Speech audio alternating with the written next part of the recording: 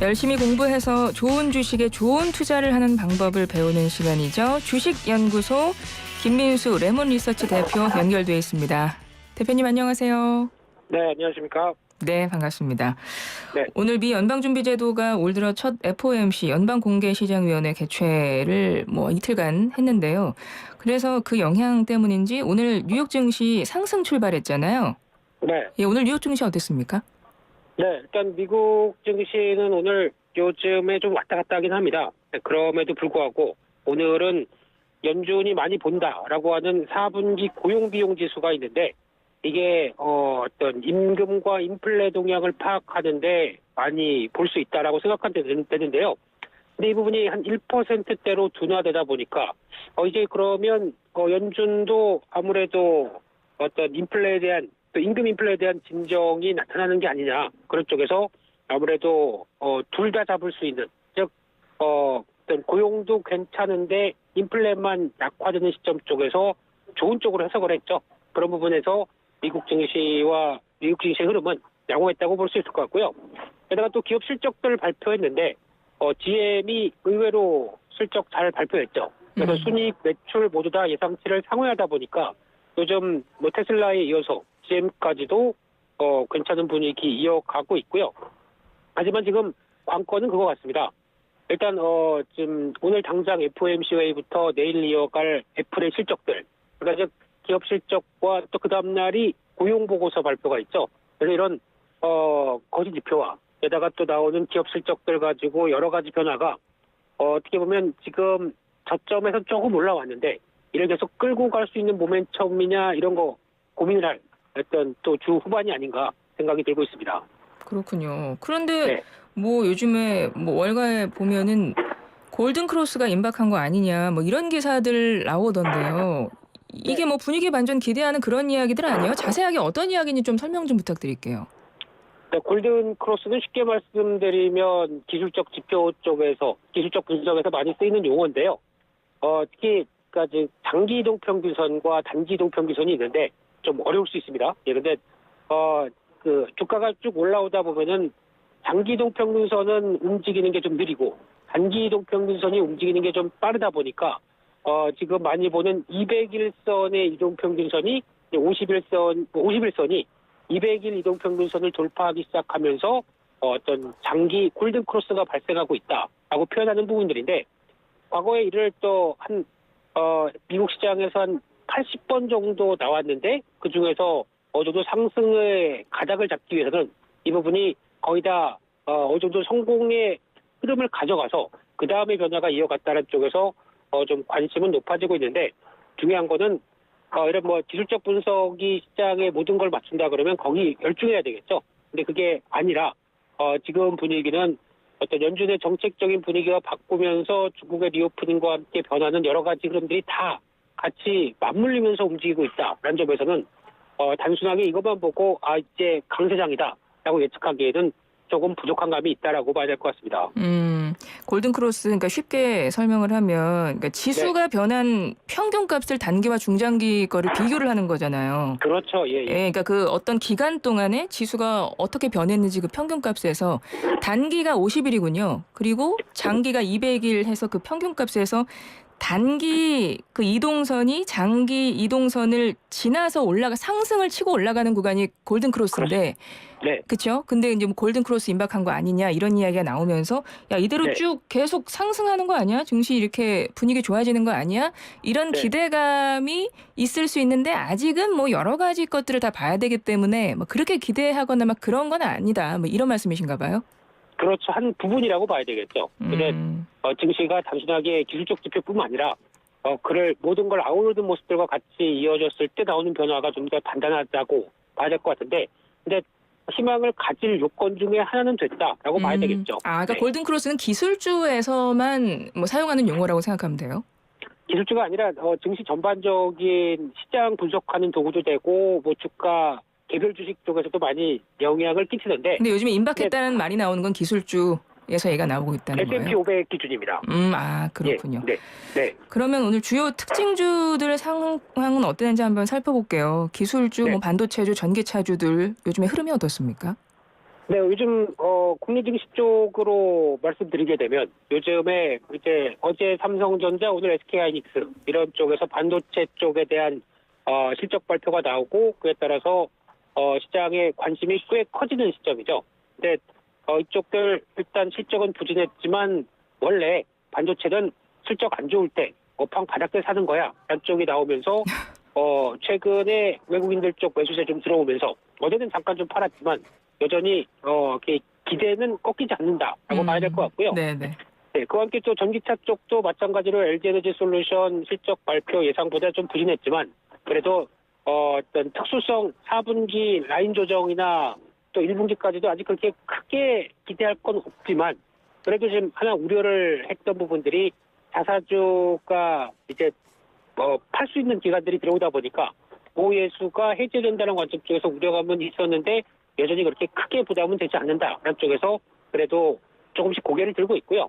오늘 같은 경우는 또 전기차에 들어가는 핵심 소재, 양극재라고 하는 쪽의 종목들이 조금 더 강했다라고 봐야 될 것 같고요. 그밖에 오늘 최근에 또 시장을 달궜던 AI 관련된 쪽의 종목들은 또 많이 밀렸습니다.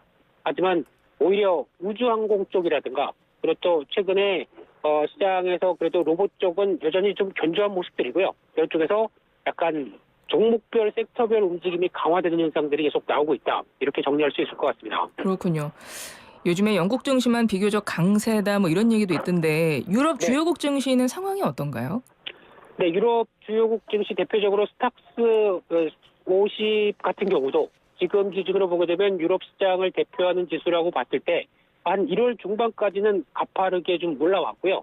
근데 나머지 기간 동안에는 좀 고점에서 약간 정체된 모습들을 보여주고 있는데 특히 한때 저희가 유럽을 보면서 그랬었죠.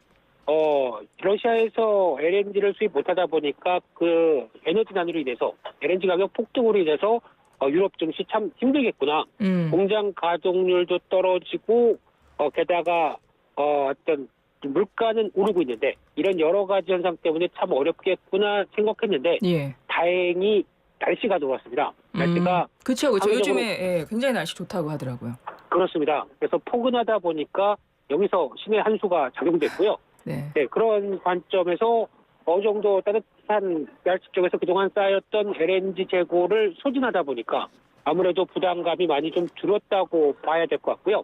게다가 중국의 리오프닝이 시작되면서 중국 관광객들이 조금 따뜻한 날씨를 보고 유럽 쪽으로 많이 들어오다 보니까 관광 특수도 누렸다라는 쪽에서 의외로 유럽 증시가 강하게 반전했던 원인이라고 봐야 될 것 같고요. 게다가 어제 발표했던 유럽의 4분기 GDP도 플러스권으로 성장하면서 기대감을 조금 더 높였다라는 부분들이 요즘 유럽의 특이사항 같습니다.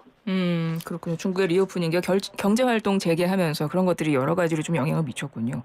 그러면 네, 중국 그렇습니다. 증시는 어때요? 중국 증시는 뭐 춘절 연휴 뒤에 첫 거래일에 좀 강보합세, 그러니까 약간 상승해서 뭐 그 상태를 유지하는 뭐 그렇게 장을 마쳤다고 하던데 연휴 며칠 네. 지났잖아요. 지금 상황은 어때요?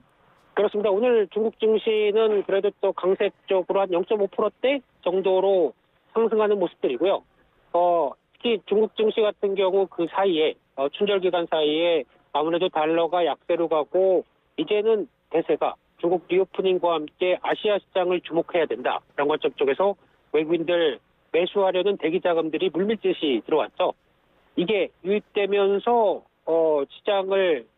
시장에 좀 끌어올리는 모습들이 나오지 않나라는 쪽으로 바라봤는데 그런 관점에서 일단 상승세는 유지가 되지만 어떤 뭐 폭발적인 상승세보다는 또 이제 차익 매물도 나오고 하다 보니까 약간 상승 기조는 유지된다라는 쪽으로 바라보고 있고요. 그쪽에서 오히려 이제 또 홍콩 증시나 뭐 대만 증시 같이 오히려 어떤 중국의 리오프닝이 또 어느 정도 효과를 발휘할 수 있는 국가들의 지수도 상대적으로 괜찮다 이렇게 보여지고 있습니다. 국내 증시는 어떨까요? 연초에 좀 빠르게 오르다가 이제는 조금 좀 숨고르기 하나 이런 분위기인데 오늘 우리 증시는 상황이 어땠나요? 네, 국내 증시도 어제 미국 시장이 상승이다 보니까 반등 쪽에 무게를 가져가면서 약 한 2,450선 넘나 싶었는데 하루 종일 시도는 하지만 넘지는 못했습니다. 그런데 가장 중요한 변화가 한국은 그렇죠.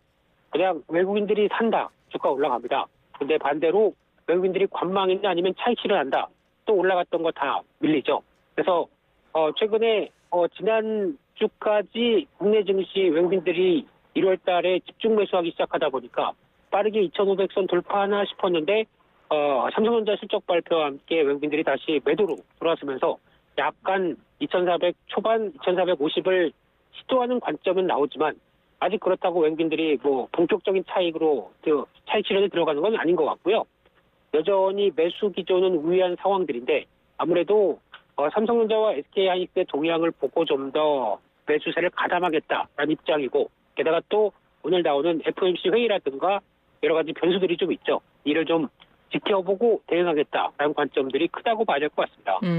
지금 방금 삼성전자 얘기 잠깐 하셨는데 삼성전자가 어제 작년 4분기 확정 실적 발표했잖아요. 그렇죠. 근데 사람들 좀 놀랐을 것 같아요. 이게 기대치에 못 미치는 좀 결과가 나와가지고요. 네. 이거 주가에 어떻게 반영됐을까요? 삼성전자는 일단 첫 번째가 나머지 사업부보다 저희가 얘기하는 DS 사업부라고 하는 반도체 사업부가 제일 중요하고요. 특히 반도체 쪽에서 어떤 그러니까 사이클을 특히 많이 보이는 대표적인 상황이라고 봐야 될 것 같은데 그런 쪽에서 어제 발표했던 쪽은 작년 동기 대비해서 90% 이상 주는 수치로 나오다 보니까 시장의 충격은 컸죠. 근데 이게 중요한 게 아니라 어차피 반도체에 대한 사이클을 보이는 종목들에 대한 투자 전략은 항상 안 좋을 때 사서 좋다고 할 때 파는 전략이 가장 좋습니다. 그러면 이번에도 거의 이제 그런 전략으로 생각하는데 제일 중요한 게 그러면 지금 업황이 안 좋다 보니까 그동안 쌓였던 재고가 있을 거고요. 이 재고가 떨어지는 것과 함께 반도체 업황이 돌아가지 않겠느냐 안쪽을 바라보고 있는데 그 시그널들이 뭐냐라고 했을 때 가장 중요한 게 어떤 삼성전자도 감산을 통해서 이런 재고도 줄이고 가격도 올릴 수 있는 조절을 능력을 보여주지 않겠느냐라고 생각했는데 어제 IR 쪽에서는 전혀 그런 얘기가 나오지 않다 보니까 실망스럽게 외국인들 매도와 함께 주가도 급하게 밀렸지만요.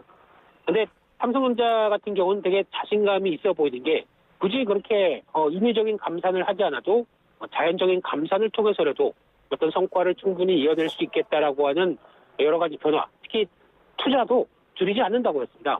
그만큼 받아들이는 이 업황에 대한 사이클의 불황을 그대로 몸소 이끌어 가겠다. 하지만 타격을 받는다면 2위, 3위가 더 타격이지 우리는 그렇게 크게 타격받지 않겠다는 자신감도 많이 보여줬던 게 좀 특이하지 않나 생각이 들고 있습니다. 그렇군요. 그리고 요거 간략하게 좀 짚어볼게요. 뜨는 기업도 좀 있더라고요. 요즘에 2차 전지가 특히 포스코 케미칼이 뭐 소재주 그 대장 자리 굳히고 있는 것 같아요. 네, 그렇습니다. 포스코 케미칼은 이번에 삼성 SDI와 한 10년 동안 40조 원 규모로 공급하겠다는 계약을 하기 시작하면서 그동안에 보였던 LG에너지 솔루션 외에도 또 한 번 더 레벨업을 시도를 하는 단계라고 봐야 될 것 같은데요. 그 관점 쪽에서 그러면 이제 포스코 케미칼의 가장 큰 특징은 포스코 그룹파의 주도로 인해서 어느 정도 수직 계열화된 소재의 흐름을 가져가고 있다. 이게 가장 큰 특징이고요. 이는 결국 IRA 법안에 미국의 IRA 법안을 통해서 중국을 철저히 배제해야 되는데 그를 배제할 수 있을 정도의 수직 계열화된 흐름들을 이제 나머지 배터리 업체들도 충분히 이용할 수 있겠다라고 바라보다 보니까 거기서 기회 요인들을 맞았다라고 생각되고 있고요. 하지만 중요한 거는 다 좋은데 주가 수준은 만만치 않게 지금 앞으로의 성장을 반영하다 보니까 주가의 상승 속도는 그렇게 크게 탄력받지는 못한다. 이런 관점으로 보여지고 있습니다. 네. 그럼 대표님 끝으로 아주 짧게 투자 전략 좀 짚어주세요. 네. 외국인들 사는 기조 유지된다. 그냥 가야 될 것 같습니다. 계속 지켜보면서 여전히 섹터 중심의 강세들 계속 나오기 때문에 이를 잘 이용하자. 이렇게 봐야 될 것 같습니다. 예, 고맙습니다. 오늘 말씀 감사합니다. 네, 감사합니다. 지금까지 김민수 레몬 리서치 대표와 함께했습니다.